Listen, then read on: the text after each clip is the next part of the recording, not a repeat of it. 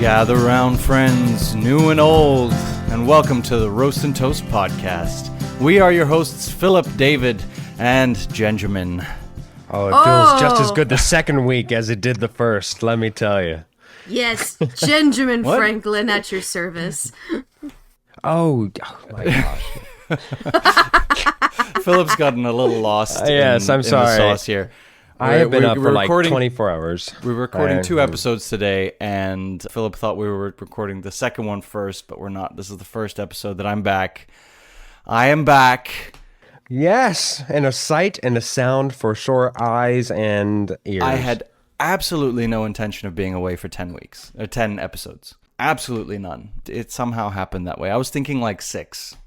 And then you know, life gets ahead of you. And life gets ahead of you. Yeah. Well, you've been busy, though. You've been off canoodling with not the new boo, but the new fiance. Canoodling. Yeah, canoodling, skullduggery around, having fun. So normally this is the part of the show where we talk about what we did last week, or at least since the last episode. You've got 10 episodes worth of talking, so should we just start? This is its own episode now? I don't know. Yeah. Now I've got to... normally it's hard enough remembering what I did this week. Now I got to remember what I did the last 10 weeks.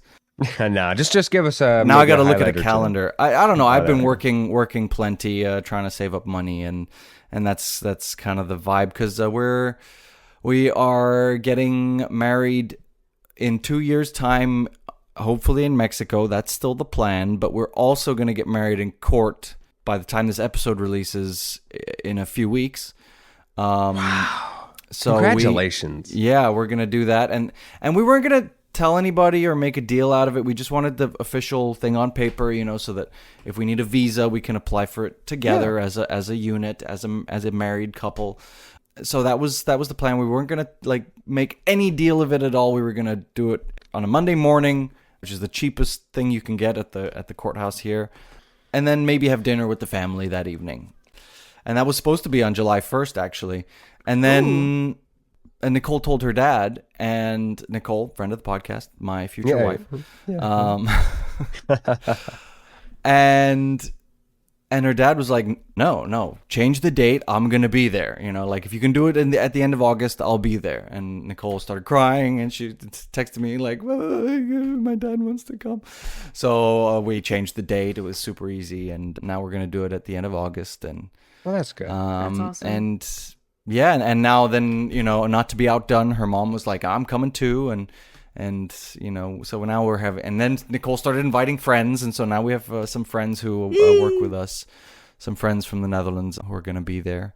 If you want to come, you're welcome. Can you make it the end of August? That's when I can. No, I'm kidding. I know that's when you said. No, that's wonderful. You can have a little powwow there as you get married. Which realistically, I mean, I know that you're saving up for the whole shebang and all that, right. But to still have just an acknowledgement, a nice little celebration, even if it is like a step towards what is the ultimate goal, I think that's wonderful. I think that you guys, you two kids, are just really going to enjoy this whole process together. You guys complement each other well naturally. So to go through this entire thing and also notice the importance, and the family wants to support you. That's huge, man. Sometimes that's not the case, and it can really divide feelings and bring up a lot of tensions, which especially in an event like this, it should be all happiness and love. So glad that you're saving money. Glad that you're doing all this. Any other non-work marriage news? Anything fun? Any beach goings on? I know that's a big summer thing for you.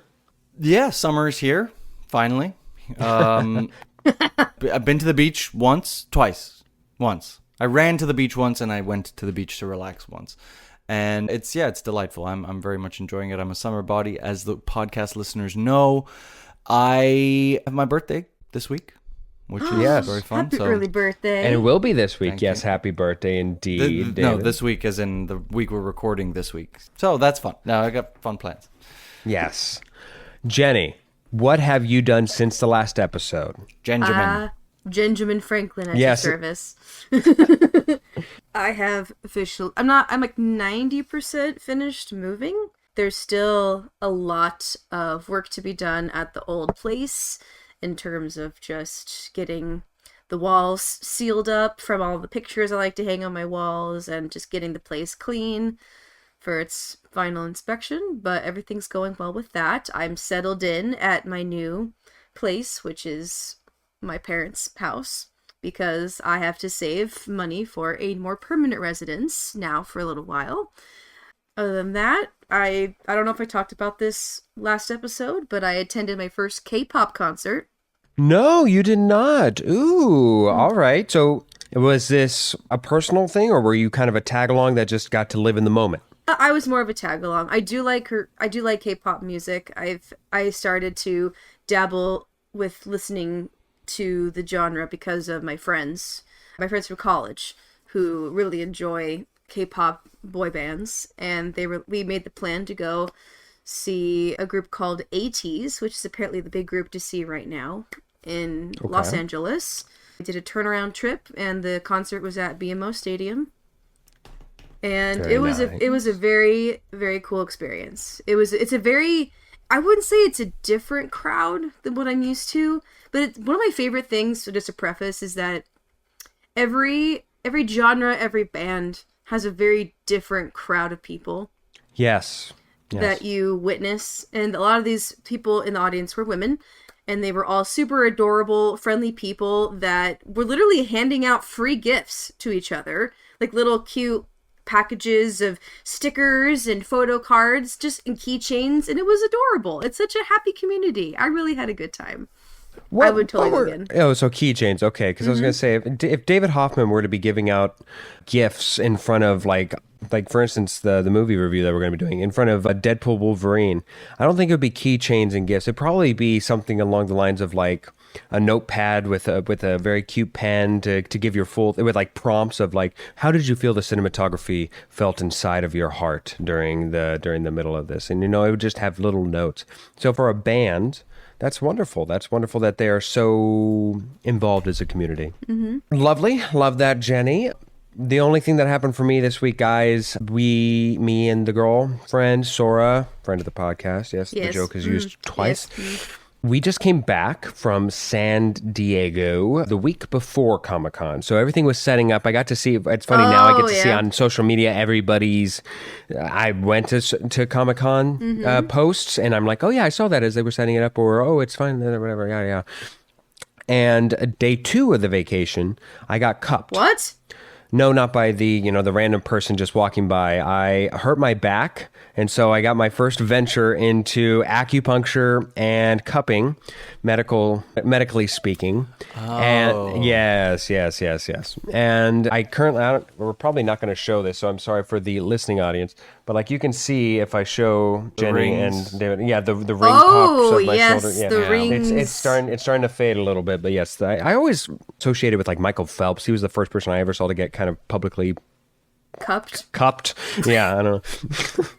So anyway, a lovely experience. I've seen many people publicly cupped. Publicly cupped, yes. Woo. I enjoyed it. Hated the reason that I needed to do it, just because I hurt myself and I feel as old as heck. But definitely an interesting experience to be both acupunctured and cupped in a new place, in a new town, and only for the one time. It was nice. Quite enjoyed it.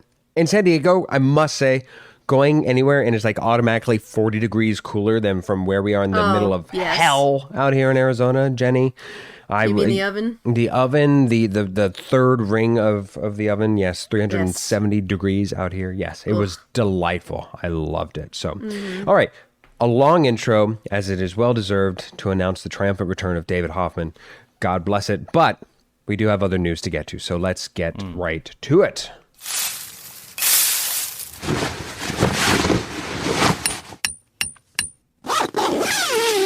The number 1 overall pick in the blockbuster draft summer 2024 by our own Jenny Reiner was and is the movie that we are reviewing today, which is Deadpool and Wolverine. So all 3 of us have seen it. It is the number 1 blockbuster of the summer. As we speak, we do not have the final numbers of what that opening weekend is, but we do know that it is huge, and we do know that it was expected to be and will be the number 1 blockbuster by any metric of 2024. We've all seen it. So, without further ado, David, what's your short little summary of the film that we just saw? Tough one to summarize, but I did my Agreed. best. When Deadpool finds out that his timeline is collapsing after the death of Wolverine in the film Logan, he hijacks a TVA device and goes universe hopping in search of a new Wolverine to bring back to his universe to save all those he holds dear. As it turns out, the Wolverine that he finds has his own demons to overcome. When the two get sent to the wasteland of the multiverse, they must journey to find their way back with some unlikely companions to help along the way. Can the Wolverine redeem himself? Can Deadpool save his timeline from collapse? I think you did a marvelous job there, David. It is, like you said, a very difficult movie to kind of summarize for the common person that isn't deep in the knowledge of the film and its following branching movies that it touches on, and it comes from, of course, now that it's incorporated in the Marvel Cinematic Universe, yada yada yada yada. So wonderful job as always. By the way, before we start any deep review of this is spoiler as all heck, guys. Yeah. If you're listening to this and you haven't seen the movie, turn your episode off now. Go see the movie. Turn back and now. Come back here, because the last thing I want to have happen is people listen to our podcast and be like, "Wait, this happens and I didn't know that." So spoilers ahead. Cannot preface that enough. Spoilers ahoy. So, David Hoffman, I think since this is your first episode back, and let's go with you first. Where would you like to start on our review of Deadpool and Wolverine? You know, I don't even know if I can really stand by my best thing about this film. I guess the best thing about this film... Go on. I guess the best thing about this film... I have a feeling I know where David Hoffman's final review of this movie will be, but yes, your best thing. about this film is... I'm just going to go with... I just seeing Hugh Jackman on screen again. I guess that's the best thing about this film.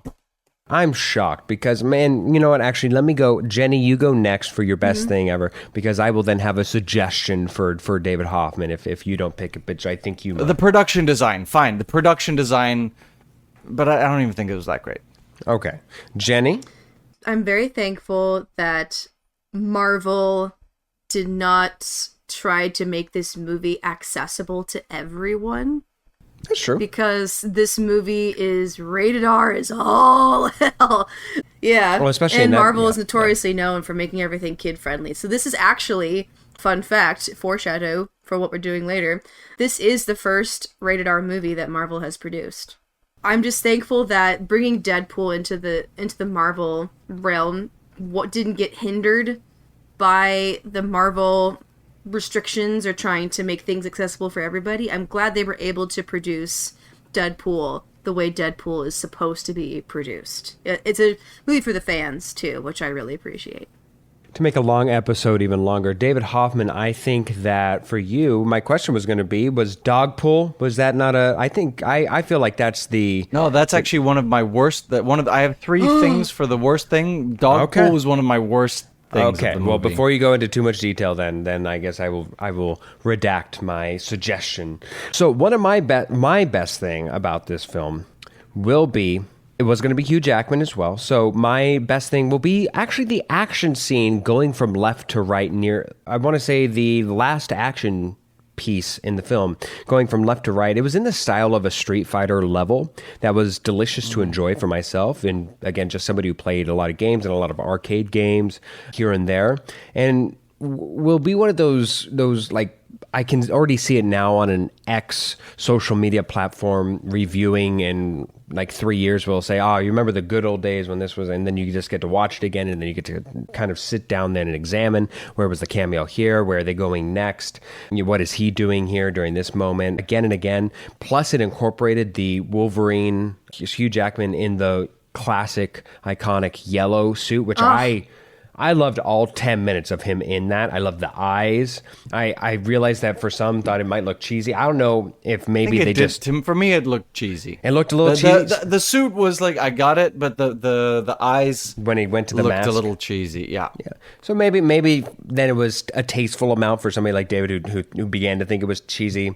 I couldn't have gotten enough of it. It was great in my mind. But I can also say that I'm sure that maybe it could have gotten over. Anyways, just that whole scene, that whole cover, it brought me back in after a lull that was there, and is my favorite thing about it, outside of just Hugh Jackman in general. So, Jenny, let's go to you before we go back to me on what is your half-baked thing about this? What is something that was maybe kind of there, kind of good, kind of not good? Well, I thought that Emma Corrin as Cassandra Nova, I thought they did amazing in this role. This villain is terrifying. What makes them half-baked for me is that I'm really sad we didn't get to have them be the big baddie of the whole movie. TVA became the main villain of this movie, and I thought that was kind of... I wish... Didn't think... Go ahead. I didn't think they managed to cement any it was a shared spotlight for the villain role. But Cassandra Nova basically comes into the climax of the movie by pure happenstance. And takes over the mantle, so that way there's some ramification for shutting it all with the MacGuffin of the film. Yeah. No, that's good. Like you said, I think that the acting was there. They're out there, so that's probably the good. They delivered. And helping they were amazing. Yeah. They killed it. Yes. Hoffman, what is your half-baked thing of the film, if you had to pick one? Half-baked, making everything a joke weakens the stakes of the movie. So, like, in the beginning of the movie, you've got, what's his name, Wade Wilson? Yes. With that, like, he's not wearing the suit, so he's got that ridiculous skin. He's got this stupid, like, toupee on, which is a joke in the movie. Like, it's supposed to be, like, look at me, I'm a car salesman, and I'm still Deadpool. I'm Deadpool in a goofy guy costume kind of thing, you know? That's a joke. And he's sitting at the table on his birthday with all his loved ones, and it's such a joke. They're making such a joke out of like you guys mean more to me than anything in the world, and it's not done in a sincere way. And that's the stakes of the whole film, is him losing all these people that he cares about. And so it never really felt serious the whole time. Like so the stakes of the movie were so unbelievably weak because of that. And as a side product of that, of the Deadpool sort of theme, the style, I should say, the Deadpool style, where it's like, it's breaking the fourth wall, it's comical, everything is like a rude joke or a reference, breaking the fourth wall, in going really meta, really took away from the grit of what we've always known the Wolverine to be. You know, the grit of a Wolverine movie, what made Logan such a great film, all that was lost in the Deadpool haha style. Have you seen the previous Deadpools, David? Have you seen 1 and 2? Yeah, and did you enjoy those? I did. And I think it works for Deadpool. I don't think it works for Wolverine. I like the movie exists because Ryan Reynolds has this thing with Hugh Jackman. Like, that's why. I don't know if they really team up in the comics. I've never heard. Pretty much everybody teams up. So I mean, there's whatever. Arcs, but it's not a specific team up. It just, you know, I think Ryan Reynolds really wanted to do it since the X-Men Origins thing with Deadpool, and you know that. Anyway, so basically, making everything a joke kind of took away from the stakes and the power of the movie and the characters in the movie.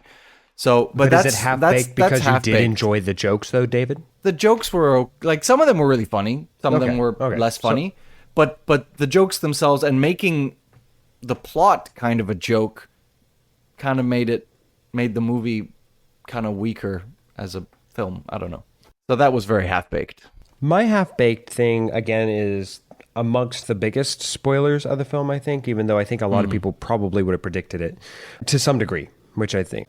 Mine is Chris Evans returns in this film as Johnny Storm, his Fantastic Four Marvel counterpart, which I thought was really clever. But as a quick aside, I think one thing that really lessened that profoundness for me is that I fell for the banana in the tailpipe there, where I was like, no, why are they bringing him back? Just whatever. And then once they brought him out as Johnny Storm, I was already so disappointed with that initial thing that it was hard to bring me back up to like, oh yeah, no wait, I'm excited for this thing where I think it normally would have been. So it was messing with my emotions in that sort of way. But to get to my actual half-baked aspect of it, I don't know how he survived his initial suction of power fall that he does in this film. He becomes Johnny Storm. He starts flying. The person who plays Pyro takes away his fire, and then he falls onto like a railing on like 3 separate levels, and then lands like straight on his like back to where his neck is arched and his whole spine contorts. And I'm like, oh, that's funny. Okay, so they just killed him. Funny. Figured as much. But then we have like another scene with him, and he still continues on in the film. Another 2 scenes. And another 2 scenes. And maybe I'm not supposed to take it as seriously as I did, but that felt like a killing sequence, and I did, because usually there are some stakes to it, unless it's pre-mentioned that no, there's no stakes in this because they're both immortal or whatever. But that was not the case with his character, and it certainly wasn't in Fantastic Four. I don't know. It took me out of it for a second because I don't know. It just felt half-baked to where, can you not find a safer way for him to land? Because I was distracted by, does nobody die here? And it led to like a lot of logical questions that I don't think I was supposed to go into that depth, and then eventually just to have him die anyways, which we all knew was going to happen anyways. So that was my half-baked thing. All right, let's get to my worst thing about the film, and I'll start us out here.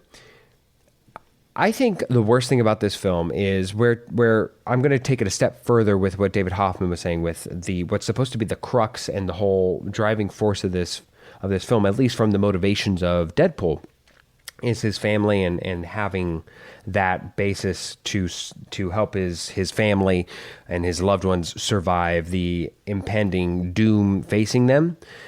More specifically, though, his girlfriend breaks up with him. The person that is of the main driving focus of the previous 2 films in very fundamental ways, one of which and it's still kind of a driving focus apparently in this film. In this film, from afar, but it's in a script full of justifying the plot and its existence. This felt the most yada yada that would have actually worked in the story's favor to explore more, and it touches on it in a mind flashback that is warped, but I would have wanted more than touch. I mean, I guess I get it that it is by Marvel's and generic audience standard long film, but I think that there was more meat on that bone to actually enjoy. Maybe there was acting restrictions with budget monetary. I really don't know what the reason for it was, but that to me was something that felt like a disservice to the films that preceded it, specifically for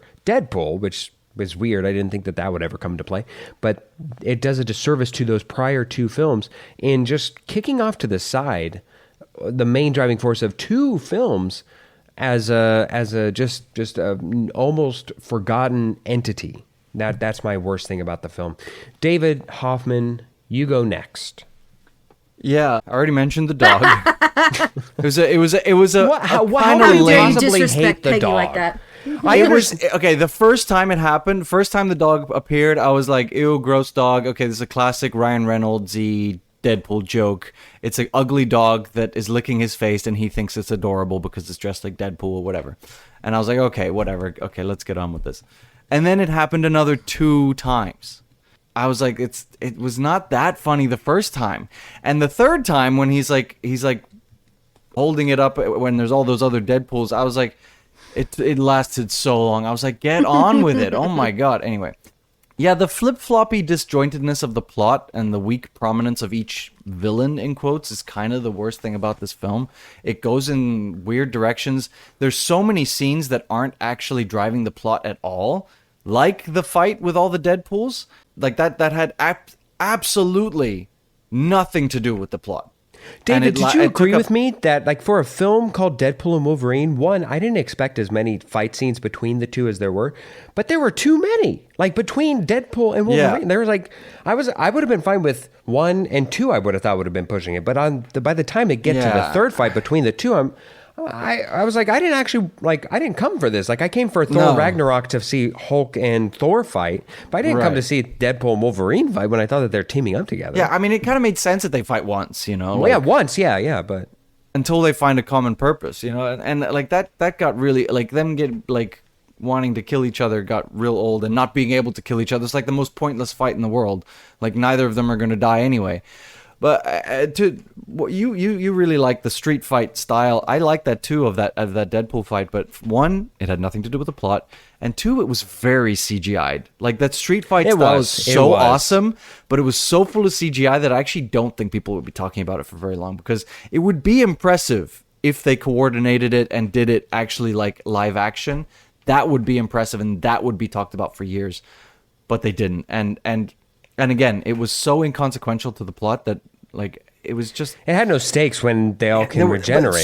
There were actually a lot of scenes like that. I'm struggling to come back to it now, but there were a lot of scenes that, like, with different, like, antagonists that didn't actually link up at all, and it was just all over the place. It was disjointed. It didn't sort of come together. Yeah, that's my worst thing. Jenny, what is your worst thing about the film? Well, I had a blast with all of the cameos that kept popping up. I realized after the movie that it was cool to have those moments where these actors who haven't been seen on screen in these characters for some people over 20 years. 25 years. Wait, who was 25 years? The Sabretooth. Sabretooth. Yes.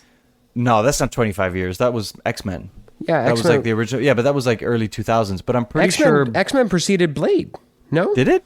I'm pretty sure. I'm looking it up. All right, continue with your point, Jenny, as the boys research. Blade, 1998. X-Men 2000. Okay. So Wesley Snipes holds the record. Which is 26 years ago. So Wesley Snipes holds the record. Well, almost as old as I am. While it was really cool to see all these people come back and play these roles and kind of get that Deadpool coat of paint where they all kind of banter back and forth each other and make jokes at different expenses, it just was kind of sad that they were just there for the joke. I wish there was more exploration of these characters' stories. Like, really, they've been here this whole time, and now they're just going to be here for this one purpose, and they're going to be tossed aside while the story continues. Like, aw, I wish these characters got a little bit more, besides just be like, oh yeah, here's 6 people you haven't seen on screen, and they're going to only be here for 5 minutes. Like, I just wish that we could, like, reduce the number of cameos and made more story with it. Make them more consequential. Yeah, that was the one thing that I was like, oh, we get to have all these amazing people here, and there's not like some big fight with everybody. So your problem isn't with the cameos themselves per se. No. Your problem is the lack of exploration and perhaps justification of the cameos? Yes, it's just It's like, oh, here's Chris Evans. Remember this guy? Hey, this girl's here. It just kept doing that over and over and over again. And you know, to go to your earlier point of not making this, where I actually thought you were originally going with your best thing here, Jenny, was that it's not accessible to all audiences. I would actually argue that the cameos themselves weren't accessible to all audiences. Fair. For instance, I would say that I'm probably amongst the upper tier, probably not like, whatever, of Marvel viewers who has pretty much seen everything. I might have missed a few elements here and there, but it's certainly at least the movies I have. I haven't gotten to like all the comic book readings. I went with a friend who's probably a level below me, and then of course my girlfriend. What about all the Disney Plus series? I've seen most of them. Like so like for instance, I'd say that Loki was pretty important to watch concerning this film, or else you're lost. And that was showcased to me by seeing it with my girlfriend, who has maybe seen 2 other properties, has seen like Avengers or maybe everything up to Avengers and nothing since, and had a lot of questions both throughout the film and after the film, trying to get a full grasp of what happens. There's not much there to get and stick around in the film outside of the pop culture references that are there for everybody.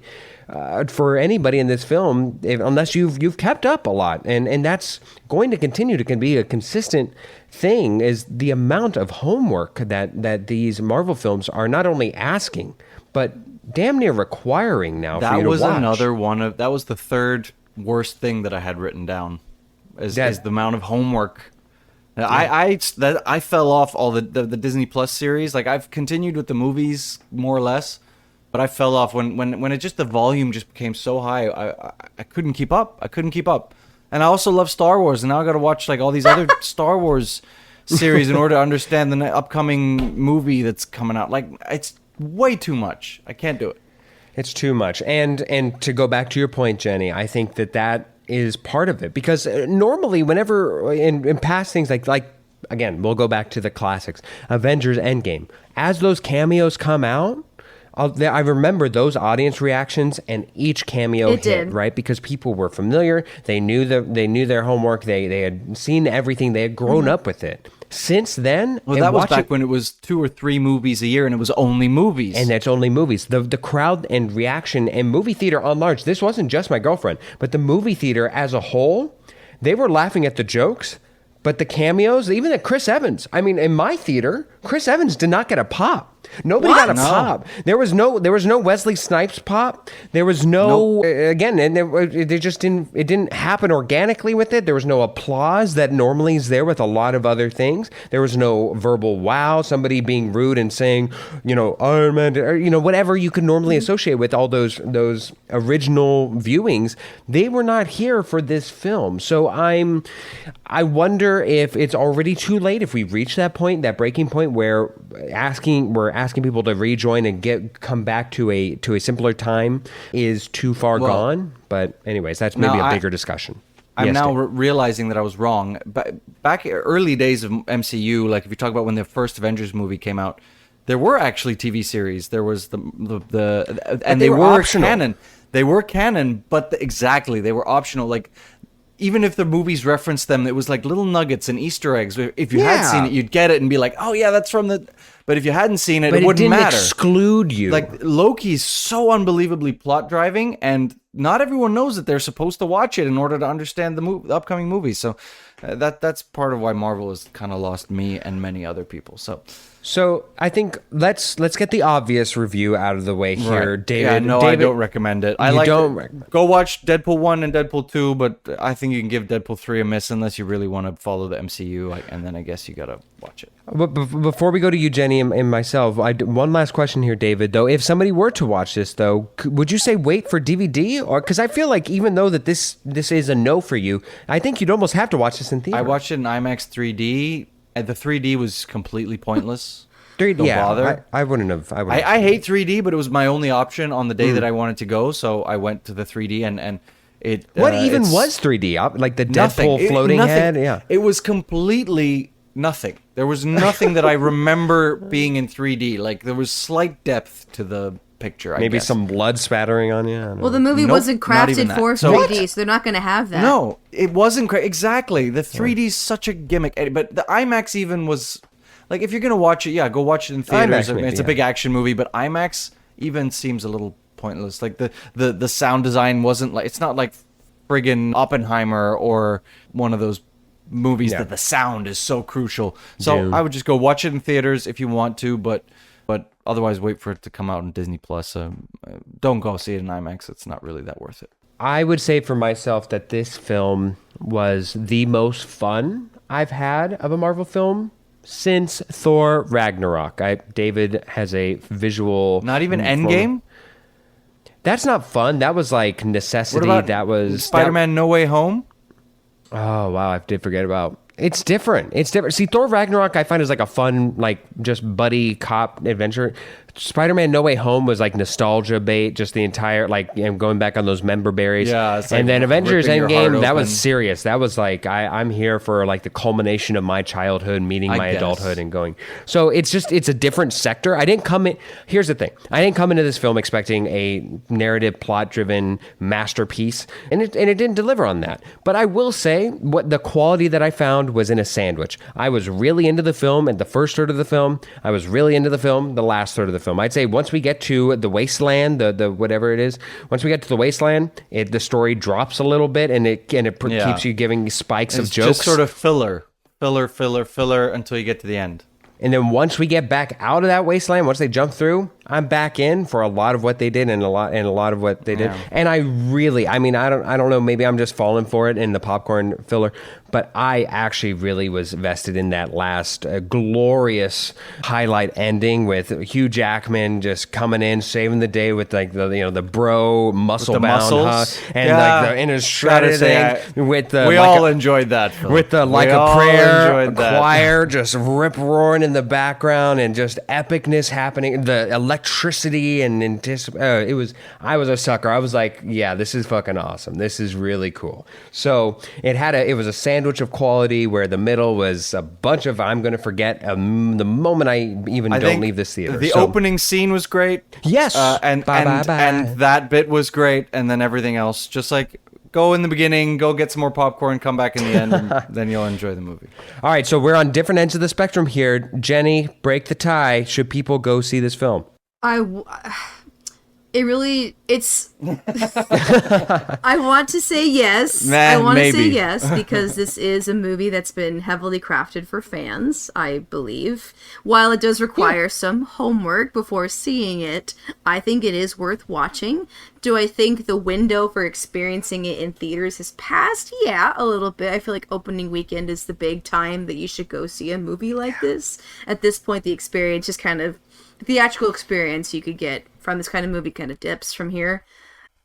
The people should not expect to go in and expect this like perfect Avengers Endgame movie. While it kind of dabbles at that level or tries to, it's not perfect at all. It's a popcorn movie for sure. Do I want to rewatch this? I think I'll only rewatch this if I am watching the entire Deadpool series front to back. I don't think I'll watch this movie again personally unless I happen to be around it. It was a good movie. I enjoyed it. Is it perfect? No. Well, Jenny goes no, making it a never see Deadpool and Wolverine in your life review overall from the pod. I'm the lone man on the island having fun, damn it. I still had fun while too. I'm there. I think if you've got one foot out of the door on like keeping up with Marvel and everything that they do, then this is your ticket out. No, you stop it. This is not to bring people back. If you're waiting for that opportunity, this is a good opportunity. That was not that. Out. You are so disrespectful. This was not that. You stop it. We're gonna have an off-air debate on this. All right, Jenny. While I start drawing up facts about where David was wrong about all this, can you please give us some of your fun facts about the film? Okay, so this film, obviously, as we've talked about before, features a massive list of cameos. Some we've already mentioned. Yeah. I do want to point out one particular person that showed up in this movie. They've actually never played this role before in a cinematic experience. Channing Tatum as Gambit. We've never seen Gambit. We've seen Gambit on screen before. He's been in an X-Men movie. However, this is Channing Tatum's first time playing the movie. He's been written to play this. He's been written down for this role for over 10 years. But unfortunately, his movie has been stuck in development hell. So thanks to Ryan Reynolds, we finally get Channing Tatum's version of Gambit. And honestly, he stole the show for me. With a comic accurate accent as well, it. with those not familiar. Yeah, I was actually pleasantly surprised. Yes. That was a contender for best thing of the film. Yes, I did enjoy as well. Well, he's been preparing that role for over a decade, so I'm not surprised he had that accent perfectly. Next fact, I've already said this movie is the first rated R film produced by Marvel Studios. This is also the first X-Men film to be released under the Marvel Studios banner, since 20th Century Fox and X-Men film series rights were purchased by Disney. But we do get the 20th Century Fox banner, since this is content that has already been previously generated by 20th Century Fox. Denis Villeneuve, I can't pronounce Dune's... Villeneuve. Denis Villeneuve is aware that Ryan Reynolds developed a spoof of the famous Dune popcorn bucket, which famously features Wolverine's face looking upward with his mouth wide open for popcorn grabbing. And, your mind goes from there. He remarked... That sold out here in Arizona, like, before the movie even released. Yeah.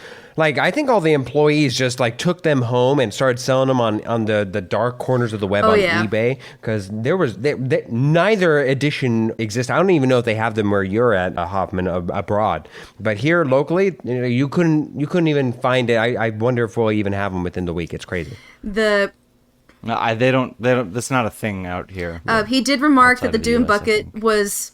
He joked that the Doom bucket was unmatchable by comparison. Yeah. A shop sign appears behind Wolverine and Deadpool before one fight scene that reads as Liefeld's Just Feet. This is a nod to Deadpool's creator, Rob Liefeld, who is known for his artwork having abnormal physiques, especially when it comes to feet. So it's a little nod to Deadpool's creator. When Deadpool is looking for his Wolverine, he encounters a comically short version of Wolverine. While it's meant to be funny, it's actually comic book accurate. Wolverine in the comics is drawn to be 5'3". So that was a comically accurate height that we got to witness on screen. That was very fun, among other variants. Finally, Ryan and Hugh were actually awarded 2 Guinness World Record titles because of Deadpool and Wolverine. The first trailer for Deadpool and Wolverine now holds the record for most viewed movie trailer in under 24 hours. 365 million global views.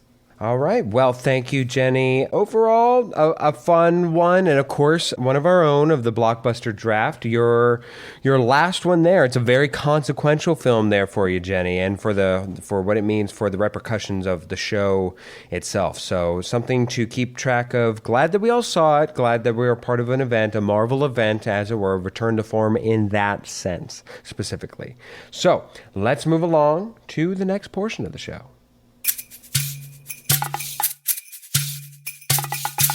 Our mini segment this week is a You Will Be Missed. So let's go around the campfire and find out what it is that we will all be missing.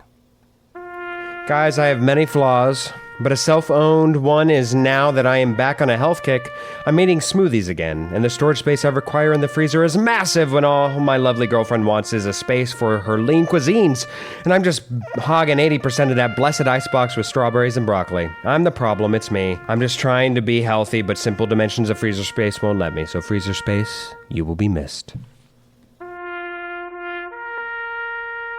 You will be missed, Robert Downey Jr.'s retirement from Marvel. While the world is happy to see you back in the MCU, and we love you dearly, we just want what's best for you. Hope you love your new role and hope you feel revitalized. Can't wait to see you kick ass as a Marvel villain. I hope you get the arc you deserve, buddy. RDJ's retirement, you will be missed. Amen. Amen. You will be missed getting up without groaning. I can't say I expected this so early in life, but I'm fast approaching my 30s, and apparently now I have to let out a big old every time I stand up. Not groaning when I stand up. You will be missed. That one got me. That was good. That's fantastic. Well, we are closing out this episode, my first episode back. It was a fun one, full of lots of spicy opinions about the movie that we reviewed. I hope you enjoyed. I hope you enjoyed to the point that you can go and tell your friends about this podcast. We very much enjoy your attention. But before we close out, we have a few thank yous to dish out. First of all, to Casson Crossland and Jake Corlang for the music you hear on the show. Thanks to Ryan Ardell and Josh Hans for a lot of the audio bits you hear throughout the entirety of the show. Thank you to Rudy Chalk for all of your wonderful graphics that you get to see on all of our socials. And thanks again to you, the listener, for tuning in. Spread the word. We're out on Instagram at Roast and Toast Pod. Same handle on TikTok. So go check us out. Give us a follow. We love you. I've missed you. I'm so glad to be back. And yeah, check us out. We're on Spotify. We're on Apple Podcasts. We're just about everywhere you find podcasts except for Pandora, because screw you, Pandora. Oh, would you look at that? Another variant of Wolverine. Wait, isn't this the suit you fought the grizzly bear in? Oh, he's behind me!